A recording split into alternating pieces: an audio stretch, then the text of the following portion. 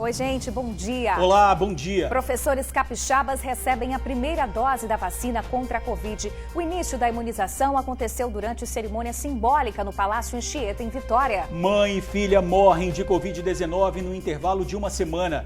A família afirma que houve demora na transferência para uma UTI. Mulher é atingida com pedrada na cabeça durante tentativa de assalto em Vitória. A vítima lia um livro quando foi atacada. Flagrante de furto de fios na Praça do Papa, em Vitória. Do início do ano até agora, 25 pessoas foram detidas por furto ou receptação. Em Vila Velha, um bandido porcalhão invadiu uma loja de doces para furtar. Mas antes de ir embora, saiu deixando para trás um prejuízo de R$7 mil e ainda fez as necessidades no chão do local. Trio de traficantes preso em operação em Zumbi dos Palmares, Vila Velha.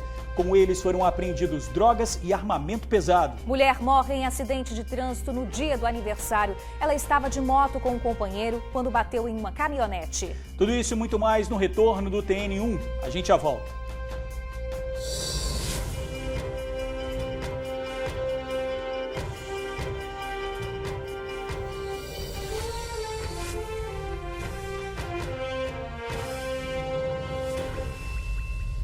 TN1 de volta e segue a corrente de esperança. Professores capixabas receberam a primeira dose da vacina contra a Covid-19. Foi uma cerimônia simbólica hoje cedo no Palácio Anchieta, na capital. A partir da semana que vem, 5 mil doses vão ser aplicadas em professores entre 50 e 59 anos. A senhora Débora Cristina Marques de Moraes, ela que é representante da rede estadual. Ela puxou a fila. A professora de língua portuguesa Débora Cristina Marques de Moraes, de 50 anos, foi a primeira profissional de educação no estado a ser imunizada com a primeira dose da vacina contra a Covid-19. Uma baita mistura de emoções. Esperançosa de dias melhores, né? Esperançosa também que a gente consiga voltar para um nível baixo de contaminação, para que nós possamos retornar às salas de aula, para que as pessoas consigam retornar para os seus trabalhos, para a sua rotina. Uma cerimônia no Palácio Anchieta na manhã desta quinta-feira marcou oficialmente o início da vacinação dos profissionais de educação. 6 professores das redes pública e privada de ensino foram imunizados, contando a Débora. O governo do Espírito Santo espera imunizar cerca de 100 mil profissionais de educação das redes pública e privada. Serão usadas 200 mil doses para atender a este público prioritário. A quantidade de vacina que vai chegar amanhã no estado do Espírito Santo, teremos perto de 5 mil vacinas destinadas aos professores na semana que vem. E nesta ordem, de 59 a 50 e assim até chegar a 20 anos de idade, né, dos professores e depois assim os profissionais, os demais profissionais da educação e assim por diante. A categoria faz parte do grupo prioritário e as vacinas para imunizar essa galera vão vir da reserva técnica, o que representa aí 5% das doses aplicadas no Espírito Santo. Mas atenção, inicialmente serão vacinados professores, pedagogos, coordenadores, secretários escolares, todos da educação básica, ou seja, das creches ao ensino médio. Os profissionais de educação do ensino superior vão esperar um pouco a mais, assim como outras funções, como as merendeiras e profissionais de limpeza, por exemplo. A ideia é que a partir da semana que vem nós comecemos a vacinação em massa, sempre por faixa etária descendente, começando pela faixa etária de 50 a 59 anos, depois descendo até alcançar os professores da educação básica. A gente volta fazendo a vacinação dos demais trabalhadores da educação básica, então seguimos para os professores do ensino superior e voltamos para os demais trabalhadores de educação do ensino superior. Então essa será a forma como a vacinação caminhará no Espírito Santo, usando, como o governador disse, a reserva técnica, até quem sabe que a vacinação no Espírito Santo encontre a ordem de vacinação do Plano Nacional de Imunização, em que trabalhadores da educação, como a gente sabe, são considerados parte do grupo prioritário. Para a infectologista Etel Maciel, todos que atuam dentro da escola precisam da imunização. No primeiro momento, vacina os professores, no segundo momento, vacina todos os trabalhadores. da educação básica até chegar na educação superior. Mesmo já vacinada, a professora de língua portuguesa não esquece do significado da palavra empatia. Para ela, é vacina para todos já. É importante a vacinação para os professores? Sim, mas também é muito importante que essa vacinação chegue à população. Notícia boa e bastante esperada, né, Bruna? Muito bom demais. Olha, semana que vem, então, tem vacina para milhares de professores. Começa com a faixa etária, como a gente disse, de 50 a 59 anos. Depois vai ampliando. O Felipe Chicarino tem mais informações para a gente ao vivo. Olá, Felipe, bom dia para você. Oi, George, Bruna, bom dia para vocês, bom dia a todos que nos acompanham.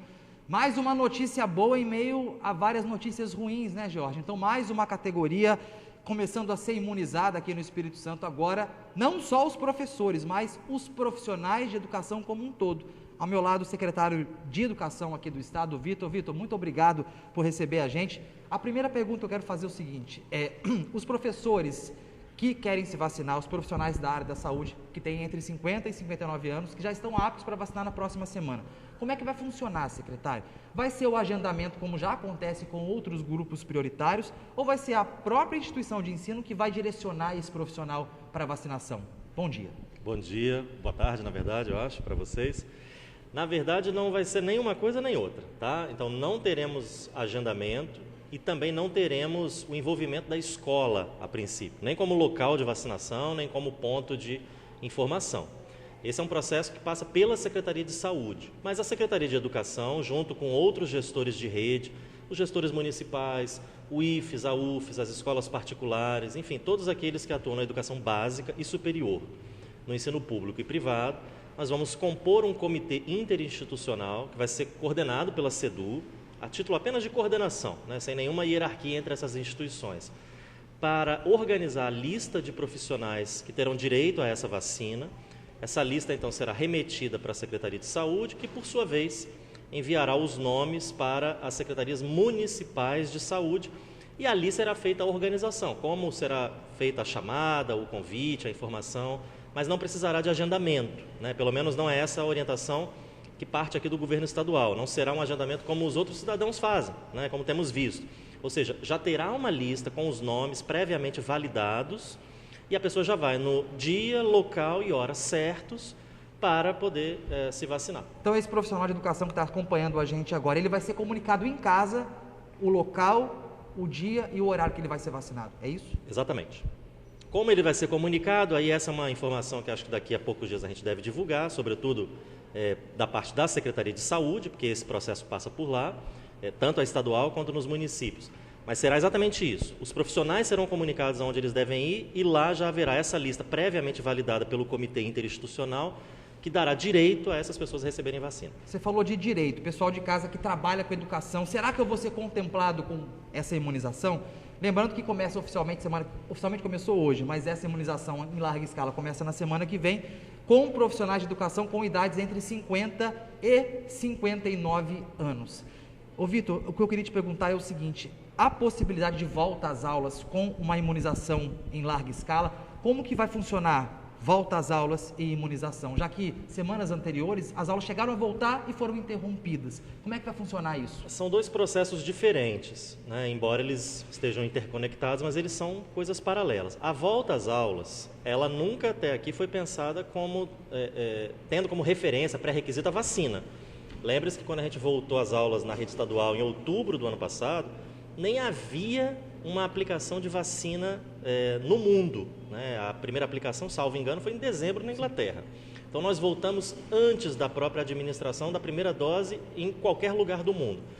Então nós não estamos agora vinculando vacinação, muito menos a vacinação completa dos profissionais, à retomada das aulas. A retomada das aulas, ela vai acontecer segundo os mesmos critérios que a gente usava antes, que eram os critérios associados ao mapa de risco.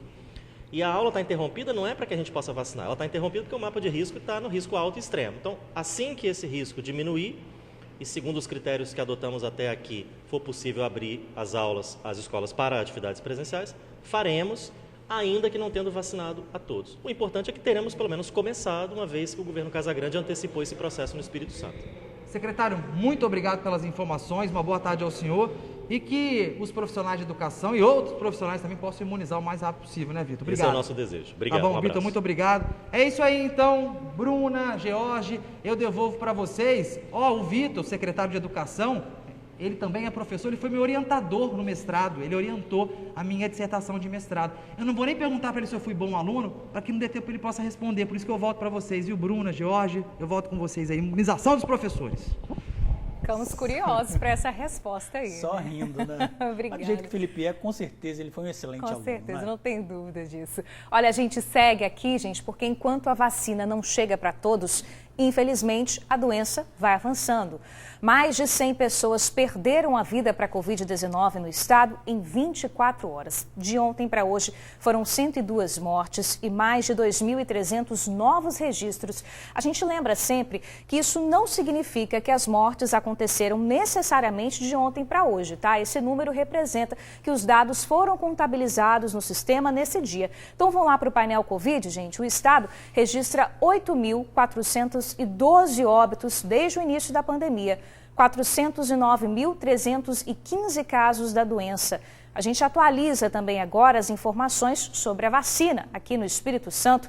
Segundo o vacinômetro, que já está aparecendo aí para você, 534.650 pessoas já tiveram a primeira dose aplicada.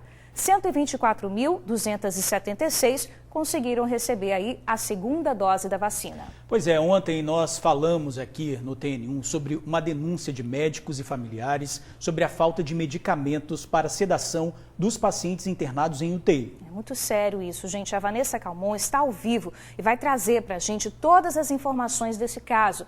Vanessa, boa tarde para você.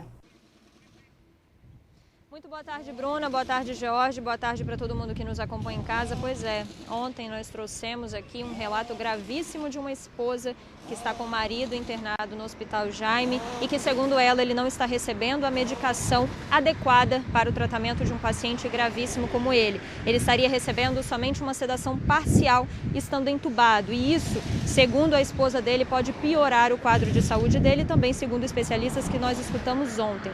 Hoje, novamente, eu fui até a casa de uma família ouvir um relato dessa família que perdeu duas pessoas, gente. Perdeu a Elizabeth, que tinha 47 anos, e perdeu a mãe dela, Dona Maria, que tinha 66 anos. De acordo com os relatos da família, as duas ficaram esperando. Uma esperou no PA de Alto Laje, a outra esperou na UPA de Viana por leitos de UTIs, mas infelizmente quando elas foram transferidas para o Jaime já não deu mais tempo e as duas não aguentaram e morreram. Vamos ver na matéria que eu preparei com Ronivaldo Nascimento. 6 dias. Esse foi o intervalo de tempo entre a morte de uma mãe e uma filha que não resistiram ao coronavírus. Mais uma família destruída por essa doença maldita. Franciele perdeu a tia Giuseppe e a avó Arlete. Hoje ela vive um misto de dor, revolta e medo. Dor por perder 2 familiares queridos. Nosso coração tá destroçado. É triste perder, entendeu? A gente vê casos, mas a gente nunca espera que vai chegar até a gente. Medo porque outros parentes também testaram positivo. A gente tem mais 5 na família que testaram positivo. Então, assim, além da dor e da tristeza, agora fica o medo. E revolta porque muitas pessoas ainda são irresponsáveis. A gente sabe que tem que sair para trabalhar. Poxa, mas tem o cuidado de chegar em casa, o cuidado com o familiar que está dentro de casa para, não levar esse vírus para dentro de casa. A revolta também se dá por conta da demora para conseguir uma vaga na UTI. Foram 10 dias de espera e angústia, com a avó lutando pela vida dentro de um PA. Minha avó esperou 10 dias por uma vaga de UTI. Nos resta acreditar que realmente não está tendo vaga, né? Só que a gente via saindo vagas para outras pessoas. De acordo com a CESA, cerca de 105 capixabas estão à espera de uma vaga na UTI. Isso porque o sistema de saúde está sobrecarregado e superlotado.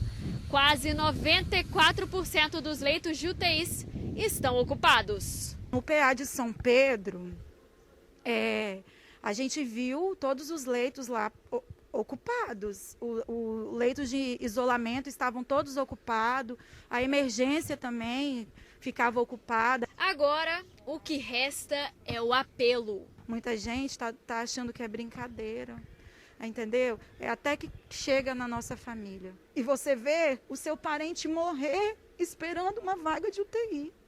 Porque quando sai essa vaga de UTI já é tarde.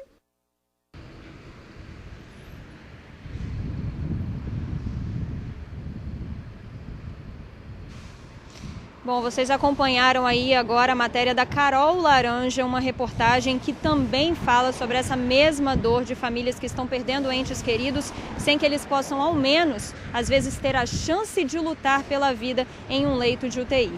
Bom, sobre a matéria que vocês acabaram de ver, a Secretaria de Saúde do Estado afirmou que na primeira solicitação de leito de UTI, a dona Arlete não apresentava os critérios para a internação. O SAMU fez a transferência quando o quadro dela piorou no último dia 7. Agora sim, vocês vão acompanhar então a reportagem que eu preparei com o Ronivaldo Nascimento hoje cedo com a família da Dona Maria e também da Elizabeth, de 47 anos, que perderam a vida numa situação muito parecida com a dor desses familiares que vocês acabaram de ver. Vamos acompanhar na matéria. O choro da Pamela é um misto de tristeza e revolta. Em um intervalo de uma semana, a família dela foi devastada pela Covid-19. Pamela perdeu a mãe e a avó. Eu perdi em uma semana uma avó, e uma outra semana uma mãe, uma avó dos meus filhos. Meus filhos chamam pela minha avó e pela minha mãe. Foram dias de busca de UTI para minha avó e para minha mãe. Foram nãos que a gente levou, que a gente ligava para todo mundo e falava: não posso fazer nada, não tem UTI. Em meio à dor da perda, a família busca respostas para o que aconteceu. Relatando muita falta de ar, a mãe de Pamela, Elizabeth da Silva Batista, de 47 anos, procurou o pronto-socorro de um plano de saúde no dia 31 de março. Lá, a médica responsável deu esse boletim médico, afirmando a urgência de Elizabeth ser transferida para uma UTI de um hospital. Eles já sabiam da gravidade porque a médica conversou comigo e falou que minha mãe estava com 70% do pulmão tomado. Tanto que não deixou transferir ela de carro particular, só de ambulância.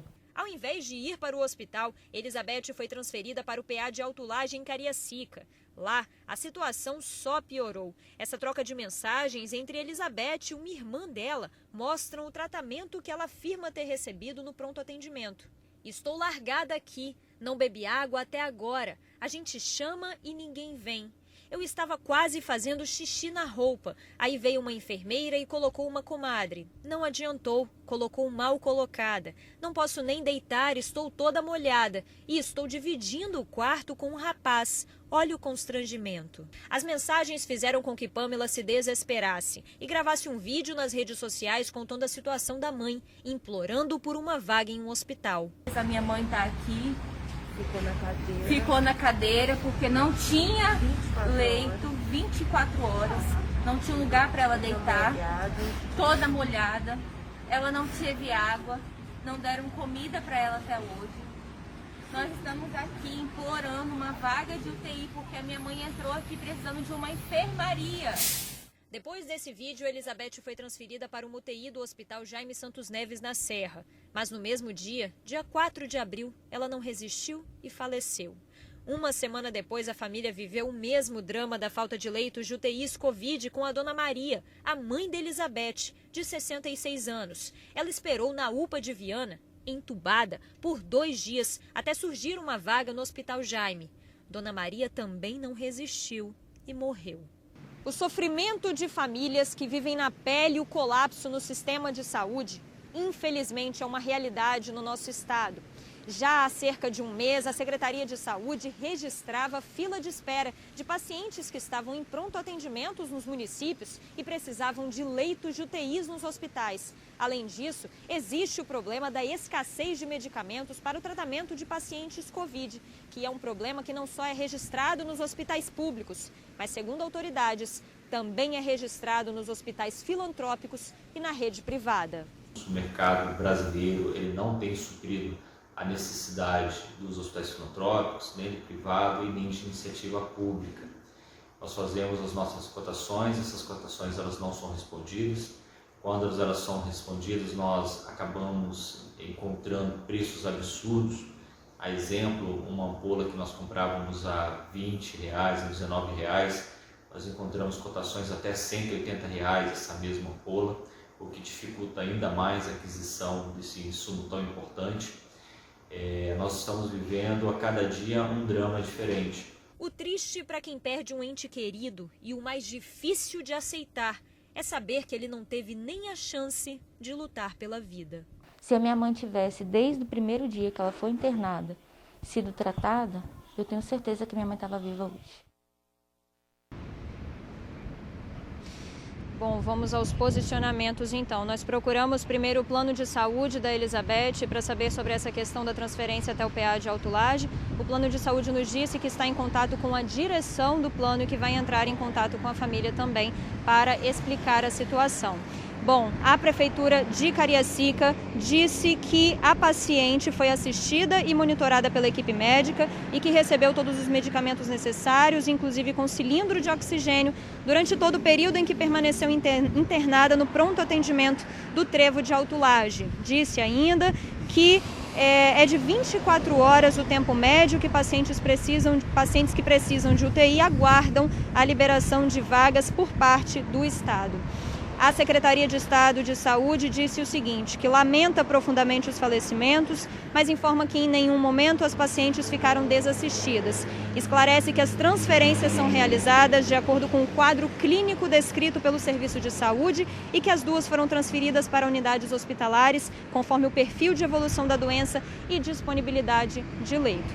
Bom, vocês acabaram de acompanhar aí a história de duas famílias, de 4 mulheres que perderam a vida para a Covid-19 e que, segundo relatos das famílias, enfrentaram uma demora para conseguir, então, leitos de UTIs para que fossem assistidas da forma como elas precisavam naquele momento de situação de quadro grave da doença. Nós procuramos a Secretaria de Estado de Saúde para saber sobre essa questão das filas de espera, se existe ainda fila de espera de pacientes que estão em UPAs, em PAs, para transferência para leitos de UTIs. Bom, a Secretaria de Estado de Saúde disse que até quarta-feira, ou seja, até ontem no final da tarde, 9 pacientes esperavam por leitos de enfermaria e 1 paciente apenas aguardava por leito de UTI. Bom, nós não tivemos retorno da Secretaria de Saúde de Viana, onde a dona Maria ficou internada por 3 dias até ser transferida para o Hospital Jaime Santos Neves. Antes de entregar o meu vivo para vocês, eu quero deixar um pouquinho de esperança. Vamos falar um pouquinho de vacina, porque a Fiocruz disse que chega ao Brasil até o final desta semana, ou seja, até amanhã, 5 milhões de vacinas da AstraZeneca que serão distribuídas aos estados, que posteriormente serão distribuídas aos municípios, para que a gente continue ampliando a vacinação. Então, o que a gente espera é que, de fato, essas doses cheguem o mais rápido possível, para que a gente consiga imunizar pelo menos 80% da população. Agora sim, eu volto com vocês aí no estúdio, George e Bruna. Valeu, Vanessa. Obrigado pelas informações. Lamentável, né? Mãe e filha, 2 vezes, né? É muito triste ver isso, né? Não são casos isolados, né? Muitas famílias estão passando por isso aqui no estado e em todo o país. Né? Pois é. Olha, nós já estamos aqui no estúdio com o médico intensivista, doutor Vitor Dalla. Doutor, mais uma vez, muito obrigado. Mas antes de fazer a primeira pergunta para o senhor, vamos atualizar como é que está a situação de ocupação dos leitos de UTI. Roda aí para a gente, por favor. Como é que está a ocupação dos leitos de UTI? 93% em todo o estado, na região metropolitana 95%, no sul 82%, na região central 94% e no norte 97%. Agora, os leitos de enfermaria. A gente vê que teve uma redução, 77% no total, metropolitana 83%, sul 70%, região central 71%, no norte 68%. A primeira pergunta que eu queria fazer para o senhor é o seguinte, a gente vê uma redução nas últimas semanas da ocupação de leitos de enfermaria, mas a ocupação de leitos de UTI continua alta e sempre crescendo. O senhor que trabalha diretamente com esses pacientes, poderia explicar para a gente por que isso está acontecendo? Essa discrepância desses números na prática? Bom, boa tarde, Jorge, boa tarde, Bruna, boa tarde à população capixaba. Bom, A gente vê, em algumas situações, a gente vê uma decreção do número de casos, principalmente do número de enfermaria, né? Isso reflete provavelmente as medidas de lockdown que foram instaladas há cerca de um pouco mais de 14 dias atrás. A gente sabe que o lockdown que é feito hoje, ele reflete em casos daqui a 2 semanas mais ou menos. Então houve uma redução, uma certa redução de números absolutos de casos, mas a gravidade dos pacientes ainda continua. Tanto que a gente vê isso refletido nos leitos de UTI, que ainda acima de 90% de ocupação, né? De enfermaria houve uma melhora, mas ainda é um número muito preocupante.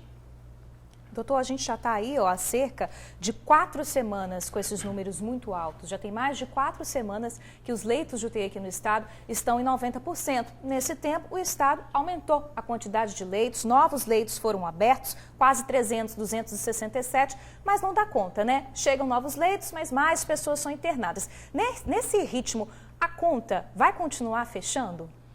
Complicado, né? É difícil a gente afirmar como é que vai ser daqui para frente, mas aí daí a importância das medidas do lockdown, do isolamento social, né? De prevenir a disseminação dos casos, né? Porque é uma doença social, a gente depende da nossa população. Então, quanto menos a gente disseminar a doença para a nossa população, melhor, e a gente consiga diminuir o número de casos e, por isso, ter uma demanda que a gente consiga absorver no nosso sistema de saúde já tão lotados, né? Como a gente vê hoje em dia. A gente acabou de ver aí 2 matérias em que mãe e filha morreram à espera de vaga de UTI. Demorou a fazer essa transferência. A gente vê também que há falta de medicamentos para sedativo. Eu queria perguntar para o senhor o que isso significa na prática. Por exemplo, um paciente que não é medicado de forma correta, o que pode acontecer com ele? A morte pode ser precoce? Bom, vamos lá, essa questão de sedação, né? O paciente, quando tem uma doença pulmonar importante, né, acometido pelo Covid, ele necessita de um repouso pulmonar. Como é que eu faço esse repouso pulmonar para o pulmão ir se recuperando? Deixo o paciente entubado, sedado e faço uma ventilação mecânica protetora, de forma que esse pulmão vai melhorando progressivamente. E essa ventilação mecânica protetora, eu preciso deixar o paciente entregue à ventilação mecânica. Como eu faço isso? Através de medicações sedativas. Então, há sim uma falta de algumas medicações sedativas que a gente sempre usou, justamente por falta de insumos, por falta de matéria-prima. As indústrias farmacêuticas não conseguem entregar isso de forma satisfatória. Se a gente não tem essas medicações sedativas de forma satisfatória, o paciente às vezes acaba ficando mal sedado, com uma sedação um pouquinho menos efetiva, e isso demanda talvez um trabalho pulmonar que ele não deveria ter naquele momento. Então, o paciente competindo com a ventilação mecânica, não estando sedado de forma mais adequada, isso pode sim prejudicar o tratamento, pode sim atrasar a recuperação pulmonar e a melhora progressiva pulmonar no paciente sedado em ventilação protetora. E levar à morte mais rapidamente. Sim, de uma forma indireta, sim, com certeza. A gente está falando de falta aí de medicamentos adequados, mas um levantamento feito pelas secretarias municipais de saúde mostrou também que 5 municípios aqui do Espírito Santo já correm o risco de desabastecimento de oxigênio. Os municípios são Águia Branca, Conceição da Barra, Ibiraçu, Rio Novo do Sul e São Gabriel da Palha, municípios do interior. Mas o que essa falta de oxigênio, esse risco de falta de oxigênio pode representar aqui para a Grande Vitória e também para todo o estado? Nesse caso, esse seria o ponto mais drástico de todos, né? Porque mesmo com medicações sedativas, um pouquinho alternativas, a gente ainda consegue levar o paciente de uma forma adequada. Porém, a falta de oxigênio, que é o que o paciente precisa, se isso acontecer, realmente não temos o que fazer, nada substitui o oxigênio. Então, o paciente vai evoluir com uma hipoxemia grave, falta de oxigênio sistêmico de forma orgânica, e isso é trágico e irremediável, né? Então, isso é uma coisa que a gente espera que não aconteça, porque vão sair situações complicadas se isso acontecer. Doutor Vitor, mais uma vez a gente queria agradecer a presença do senhor aqui e uma mensagem final para as pessoas que estão assistindo a gente agora, por favor. Com certeza, se cuidem, quem puder ficar em casa, fique em casa, máscara, isolamento social, vamos diminuir a quantidade de casos para que a gente consiga absorver no nosso serviço de saúde os pacientes de forma grave e a gente consiga dar a melhor assistência possível para esses pacientes, diminuindo mortalidade e dando esperança para as pessoas até que a vacina esteja de forma disponível para toda a população. É o que a gente espera, doutor Vitor. Obrigada aí mais uma vez. Sim, obrigado. Olha, a gente segue falando, né, sobre Covid-19. A professora epidemiologista Etel Maciel lembrou também sobre os casos mais graves da doença em pessoas mais jovens. Vamos ver. Os jovens, desde o início da pandemia, são aqueles que mais se expõem, seja por questões de trabalho, seja por questões de lazer. que nós estamos percebendo agora é que com essa nova variante, os casos mais graves em pessoas jovens estão sendo mais frequentes. Então a gente está tendo mais internação em jovens, mais internação em UTI em jovens. Então nesse momento não tem mais grupo de risco, todos nós estamos sob o risco. E é importante a proteção de todos sem distinção.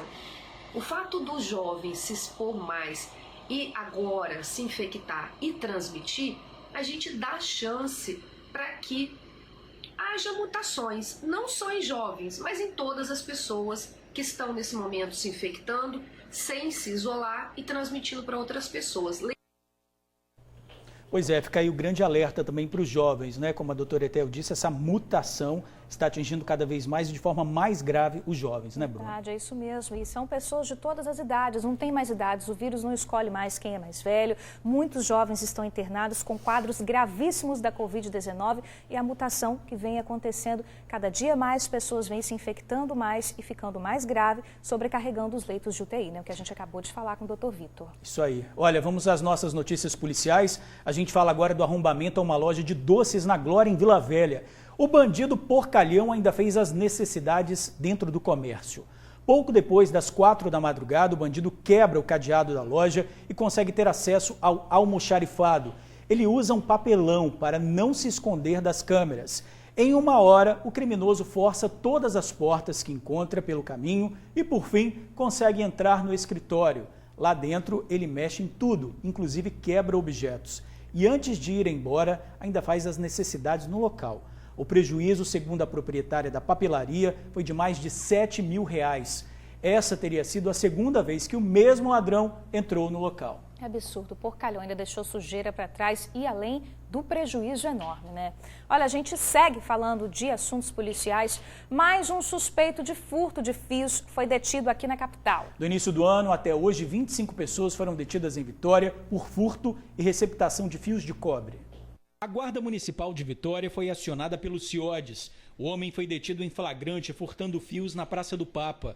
Foi o segundo dia consecutivo no local que houve prisão por esse crime. Foi apreendido com ele cerca de 16 metros de fio de cobre e ele foi flagrado no exato momento que estava no cometimento desse crime. O suspeito foi encaminhado para a Delegacia Regional da capital. De janeiro até hoje, 25 pessoas foram detidas pela Guarda Municipal por furto e receptação de fios de cobre de iluminação pública e de semáforos. Um prejuízo de R$400 mil aos cofres da Prefeitura apenas nos 2 primeiros meses do ano. Foram mais de 650 quilos de fios apreendidos em vários pontos da capital. O material seria vendido em ferros velhos da Grande Vitória. A Secretaria Municipal de Transportes, Trânsito e Infraestrutura está instalando fios de alumínio sem qualquer prejuízo para a intensidade da iluminação nas lâmpadas. Em alguns locais também está sendo feita a concretagem. Olha, o suspeito de 33 anos foi autuado em flagrante por furto e foi encaminhado ao centro de triagem de Viana. Vários pontos da capital já estão com a iluminação restaurada, como a Avenida Adalberto Simão Nader. Um engavetamento entre 3 veículos resultou na morte de uma pessoa e deixou outra gravemente ferida. A batida aconteceu na BR-101 em Anchieta, litoral sul do estado. Foi entre 2 carretas e um caminhão utilizado na manutenção da via. O motorista do caminhão ficou preso às ferragens e morreu no local do acidente. Já o carona foi socorrido em estado grave para a Santa Casa de Misericórdia. Os ocupantes das carretas nada sofreram. Ninguém soube informar a logística do acidente, que agora será investigado. Teve acidente também em Colatina. 2 pessoas morreram numa batida entre uma motocicleta e uma caminhonete. Valdecir Tamanini, de 52 anos, e Lucinéia de Paula Cunha, de 41, estavam de moto. O casal seguia pela lateral da pista e, ao tentar acessar a rodovia, acabou atingindo a caminhonete. Valdecir morreu no local da batida e a companheira chegou a ser socorrida, mas não resistiu aos ferimentos assim que deu entrada no hospital. O acidente aconteceu no dia do aniversário da mulher. Os corpos foram encaminhados ao DML para serem liberados pela família. Olha, gente, agora mais um caso triste. Uma bebê de apenas 11 meses foi encontrada morta pela família. A menina, gente, foi deixada dormindo no bebê conforto dentro do carro. E cerca de 20 minutos depois, os parentes perceberam que a criança estava desacordada. O velório da menina de 11 meses aconteceu na manhã desta quinta-feira no cemitério Jardim da Paz, na Serra. Abalados, familiares e amigos preferiram não gravar entrevista. Parentes contaram que a criança estava dormindo na cadeirinha do bebê e foi encontrada desacordada pela tia na manhã desta quarta-feira. O carro estava na casa da avó, que fica no bairro Nova Carapina 1, na Serra. Segundo os familiares, a menina tinha saído com a tia e com a avó. E quando elas retornaram para casa, a criança estava dormindo na cadeirinha. A tia então parou o carro na sombra, no quintal de casa, e 20 minutos depois percebeu que a sobrinha estava com o pescocinho caído. Quando ela foi retirar a sobrinha da cadeirinha, entrou em pânico, porque viu que a menina estava pálida e não respirava. Ela levou para o hospital, mas a menina já estava morta. Por enquanto, a perícia aponta que a causa da morte é desconhecida. O laudo deve ser concluído em 30 dias. Olha, uma fatalidade, né? Uma tristeza para essa família. Fica aqui os nossos sentimentos. Olha, gente, uma mulher foi atingida com uma pedrada na cabeça enquanto lia um livro na praia. Isso aconteceu na curva da Jurema. O acusado jogou um paralelepípedo na vítima para tentar roubar o celular dela. Olha só. Ainda na porta da delegacia, a vítima sentia dores da pedrada que levou durante uma tentativa de assalto. O ferimento na cabeça foi provocado por um morador de rua que usou um paralelepípedo para tentar roubar o celular dela. A mulher de 28 anos foi atacada na praia da Guarderia, na curva da Jurema, em Vitória. Estava na praia, lendo um livro, numa praia onde não tinha muitas pessoas, tinham 4 pessoas. E aí o rapaz chegou, passou por mim, eu identifiquei que ele estava drogado, porque ele estava muito com o olhar agressivo, já veio para cima. E eu fui tentar me levantar para ir embora, né? Porque foram logo depois que as pessoas que estavam do meu lado foram embora também. Aí ele já veio com um paralelepípedo na mão, falou que se eu gritasse ele ia quebrar minha cabeça. A vítima, que estava de folga do trabalho, conta que ficou desesperada quando o bandido chegou. Muito doido pra cima. Você só sente vontade de gritar, como eu vi que tinha pessoas ao redor. Tava do lado, mas eles não estavam me vendo. Então eu pedi socorro e aí aí ele agrediu, né? Porque ele falou que eu não podia gritar. Então eu gritei, ele bateu e ele viu que o pessoal viu e foi para cima. Após ser atacada, a mulher gritou por socorro. Um casal de idosos que também estava aqui na praia foi quem ajudou a vítima. O criminoso, que correu, até foi alcançado por populares, mas acabou conseguindo fugir. Cerca de 2 horas depois, uma viatura da Guarda Municipal conseguiu prender o suspeito. Um indivíduo que presenciou os fatos, ele acionou o CIODES, que nos enviou à Praia da Curva da Jurema, pois o indivíduo estaria atrás da Praça da Ciência. Localizamos o indivíduo, foi detido e a vítima prosseguiu ao local. Ela reconheceu o mesmo e os envolvidos foram encaminhados ao DPJ de Vitória. O assaltante foi conduzido à Delegacia Regional de Vitória e a vítima o reconheceu. De acordo com a guarda, ele já tem passagens pela polícia por furto e tráfico de drogas. A mulher, que precisou ser atendida por uma ambulância, disse que não vai mais frequentar a praia que tanto gosta. Ela fica triste diante da insegurança. No dia de folga, você pensa que vai ler um livro e não consegue porque você está sujeito a moradores de rua na Grande Vitória. Triste, hein? O suspeito foi autuado por lesão corporal e já está no presídio. Meio-dia 19, a seguir, mais prejuízo ao tráfico de Vila Velha. Dessa vez, bandidos de Zumbi dos Palmares foram presos. Drogas e armas pesadas foram apreendidas. No norte do estado, um homem morreu ao levar uma chifrada de um touro. E ainda o flagrante de furto de tampas de bueiro em Cariacica. A ação criminosa era cometida por um menino de 12 anos. Isso tudo e muito mais no retorno do TN1. A gente já volta. TN1 de volta, mais uma leva de traficantes presos em Vila Velha. Pois é, com o grupo, a Polícia Militar apreendeu drogas e armamento pesado. As armas foram apreendidas no bairro Zumbi dos Palmares, em Vila Velha. Os militares da Força Tática encontraram uma espingarda calibre 12 um revólver calibre 38 e um outro revólver calibre 12 de cano longo. O armamento pesado foi localizado com 3 suspeitos, que, segundo a polícia, fazem parte do braço armado do tráfico de drogas do bairro. A polícia estava em operação na região quando viu em um beco 2 dos homens armados. Eles tentaram pular a janela lateral de uma casa, mas os militares cercaram a residência e os suspeitos ficaram sem saída. Eles viram que nós desenvolvemos 2 patrulhas e passando pelo beco e viram que eles estavam cercados, tentaram efetuar essa fuga por uma janela, que dava acesso a outra parte da residência e um beco. Só que pelas condições ali estavam cercados, então não conseguiram lograr êxito nessa fuga. O terceiro suspeito já estava dentro da casa. No local, a polícia encontrou drogas, munição, carregador, capa de colete, radiocomunicador, touca ninja e balança de precisão.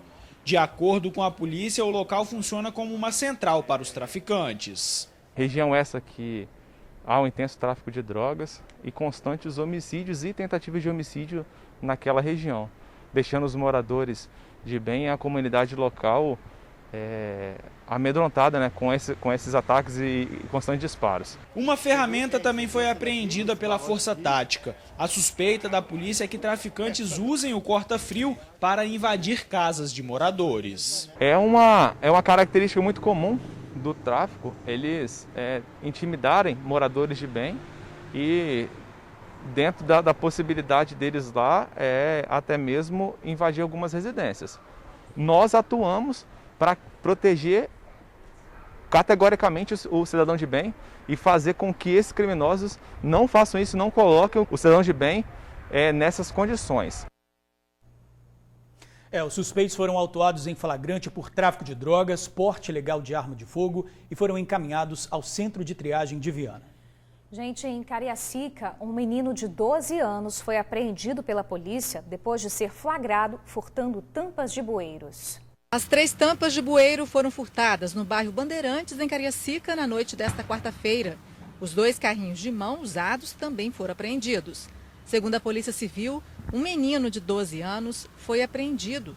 2 adultos que estavam com ele conseguiram fugir.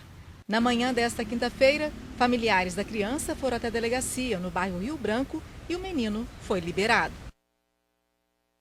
No sul do estado, um homem morreu ao atropelar um cavalo. O acidente aconteceu entre as rodovias ES 259 e BR 101, que ligam Mimoso do Sul a Piacá.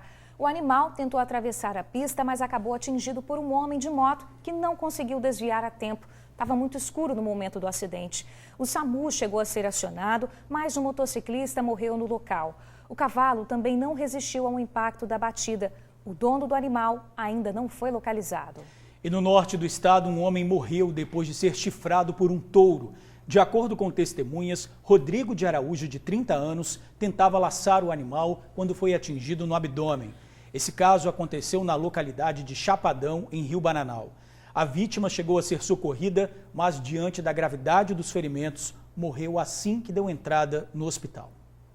Jorge, você sabia que uma rua de Cobilândia tem até trono só para os moradores? É mesmo? Muito mas é bom chique. Esse trono? Pois é, chique, mas mais ou menos, né? Na verdade, gente, o trono é um sofá que está há meses abandonado no local. Pois é, por lá tem lixo, mosquitos, perigo de assaltos, muito mato. O TN foi conferir a situação. Esse aí é o trono da Quinta Avenida. Você tá de brincadeira, né? Só que não. Foi o nome que os moradores deram para esse sofá velho que se destaca num reinado de lixo, mato, valão e muitos mosquitos.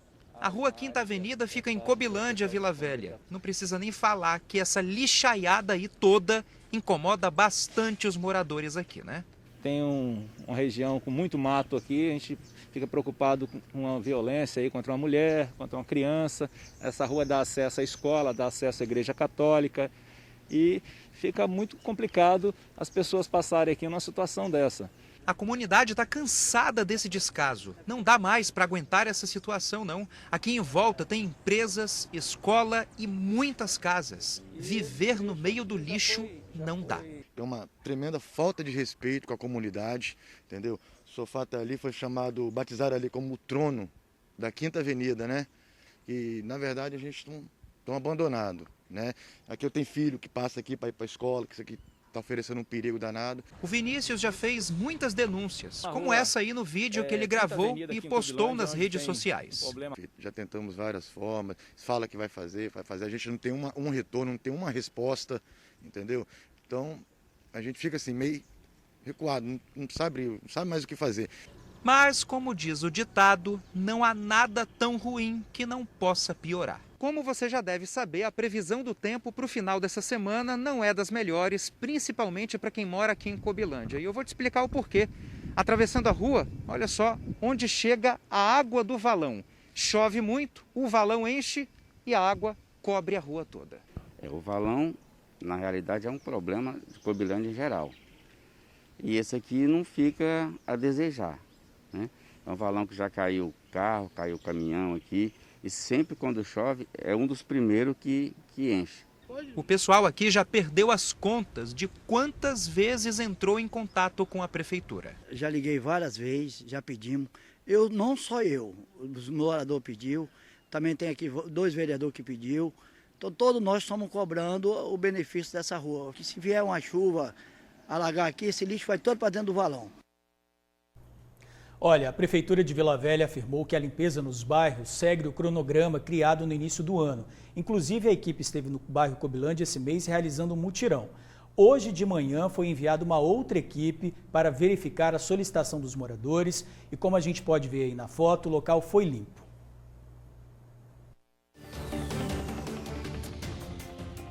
Quinta-feira, 15 de abril. Veja os destaques do jornal A Tribuna.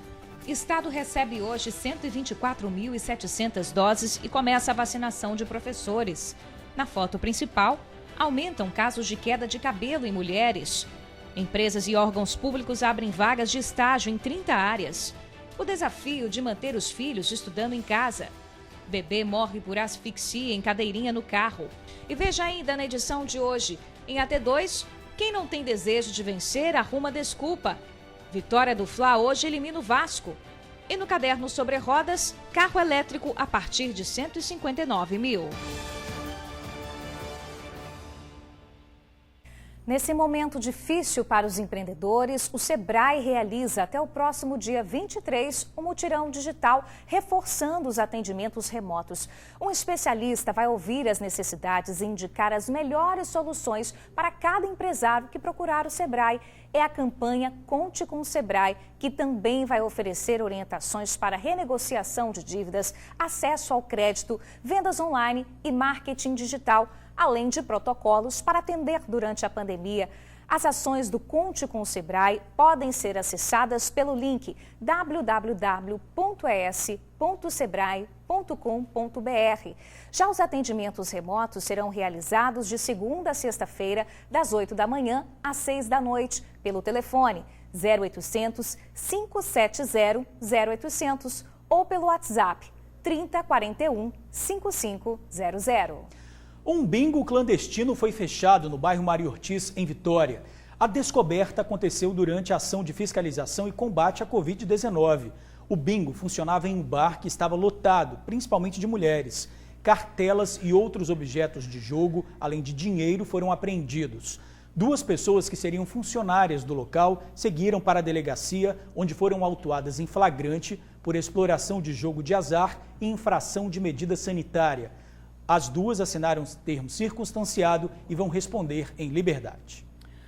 Olha, nesse momento de pandemia, é comum a gente se sentir angustiado, triste, ansioso. É um momento difícil e diferente do que a gente está acostumado, né? Pois é, Bruna, mas os sinais de que algo não vai bem devem ser percebidos. A depressão aumentou nesse período.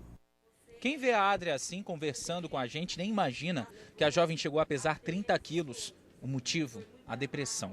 Ela lembra até hoje os primeiros sintomas de que algo não estava bem. Já não queria comer, já não queria mais sair, eu só queria ficar ali presa dentro do quarto. Eu sentia medo, eu sentia desânimo, eu só queria ficar deitado o tempo todo. E era assim, eu acordava, dormia, acordava o tempo todo. A princípio, ela viveu toda essa angústia, mas quando pensou em tirar a própria vida, ela percebeu que precisava de ajuda. Eu já comecei a pensar, a vida já não tem mais sentido para mim. Então eu vou tentar me matar.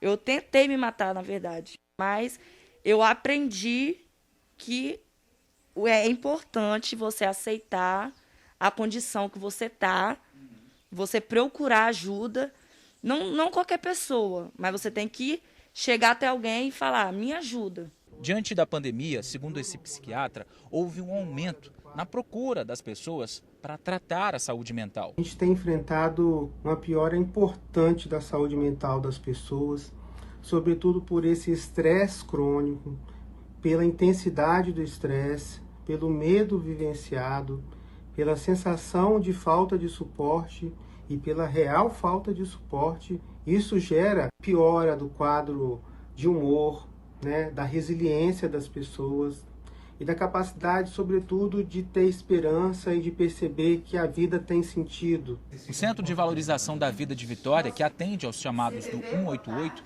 passou a receber ligações de pessoas confinadas que estão em quarentena por conta da pandemia e que precisam de atenção.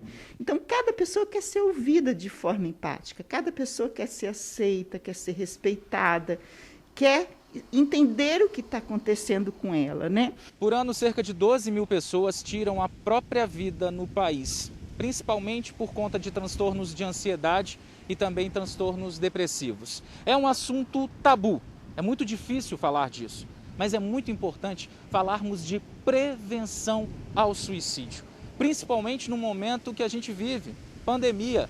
Como você viu na matéria, muita gente procurando ajuda para tratar a saúde mental.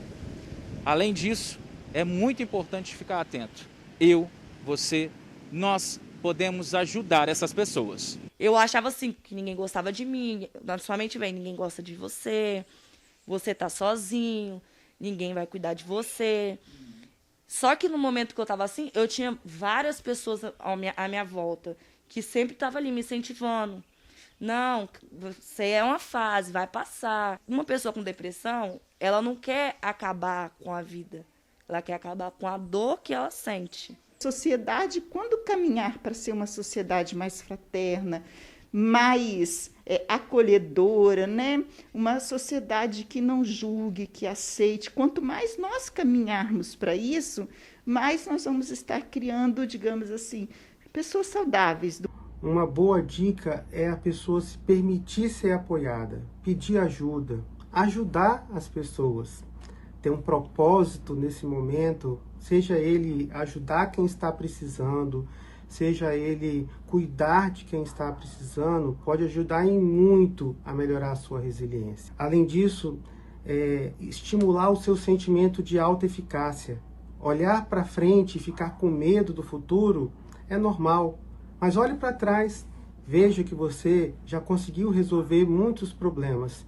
Então, por que você não vai conseguir resolver novamente? Perfeito, né? Ótimas dicas aí do médico, Bruna. Verdade. Olha, a gente volta agora a falar de vacinação, né? Muita gente já tomou a primeira dose, mas acabou esquecendo de tomar a segunda dose, perdeu o prazo, acha que não é importante, mas tem que tomar, viu, gente? Tem que ser imunizado com a primeira e também com a segunda dose. Vamos ver por quê. Bem, tomar a segunda dose da vacina, seja da AstraZeneca ou da Coronavac, é fundamental para que a gente tenha a eficácia completa que a vacina pode oferecer para nós de proteção contra esse novo coronavírus. Então é muito importante que a gente tome a segunda dose. Mesmo se passar alguns dias, é importante tomar.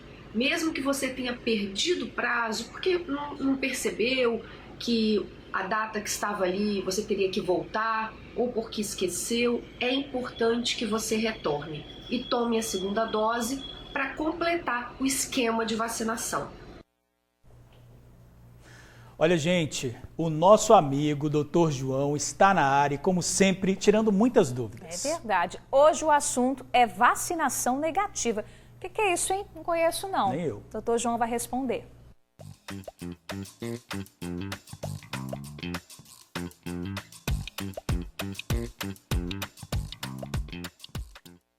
O que é vacinação negativa? A medicina é praticada de 3 maneiras: curando, aliviando e prevenindo. Os medicamentos, as cirurgias, visam curar o paciente ou aliviar o seu sofrimento. No caso da prevenção, a vedete é a vacina. A função da vacina é estimular o nosso sistema imunológico para que ele possa nos proteger de patógenos externos, por exemplo, vírus e bactérias. Quando o nosso sistema imunológico, no lugar de nos proteger, ele se volta contra o nosso organismo, isso se chama doença autoimune. As duas principais são as alergias e os cânceres. Nesse caso, se você entrar com uma vacina para ativar o sistema imunológico, ele vai agredir você mesmo. Então, a vacinação negativa consiste em diminuir a ação do sistema imunológico para que o nosso organismo tenha tempo de se curar. Vacinação negativa, ao contrário da vacinação positiva, não é exaltar o trabalho do sistema imunológico, é diminuir a sua função, uma vez que ele já deixou de ser amigo e passou a ser inimigo do nosso corpo. Então, a vacinação negativa é uma ferramenta para frear a atividade imunológica nas chamadas doenças autoimunes.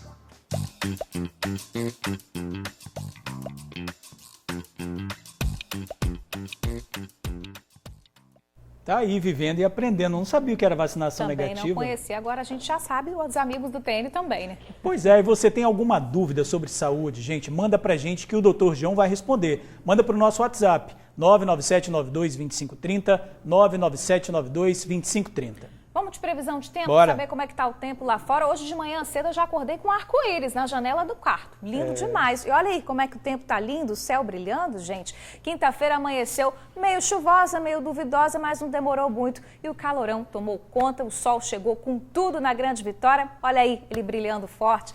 As temperaturas giram em torno de 22 e 32 graus. Agora à tarde e no período da noite, a chuva não deve cair não, viu? Calorão bom, por né? aí. Que Hoje bom. parecia que o tempo ia ficar chuvoso de manhã, Pois né? é, amanheceu com aquele tempo meio enferruscado assim, meio fechado, mas depois o sol abriu.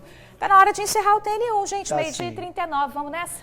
Bora, gente. Obrigado pela companhia de sempre. Até amanhã. Beijo, até amanhã.